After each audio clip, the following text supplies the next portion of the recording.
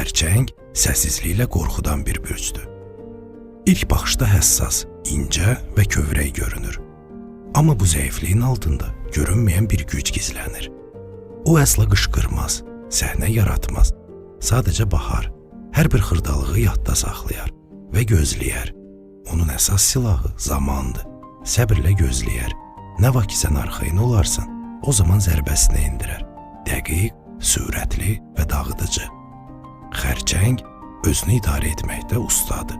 Onun ürəyindən keçənləri bilmək mümkün deyil. Onun intuisiyası həm nimət, həm də lənətdir. Səni sanki açıq kitab kimi oxuyur. Qorxularını hiss edir. Zəif nöqtələrini anlayır. Amma dərhal istifadə etməyə tələsmir. O, öz oyununu qurur və hər şey hazır olanda sən artıq onun planında bir piyada olursan. Onun gücü ondadır ki, o hücuma keçmir.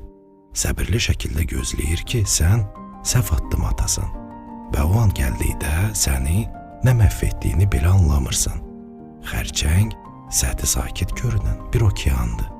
Ta ki, səni dərinliyə çəkib aparana qədər. O, heç vaxt kartlarını göstərmir.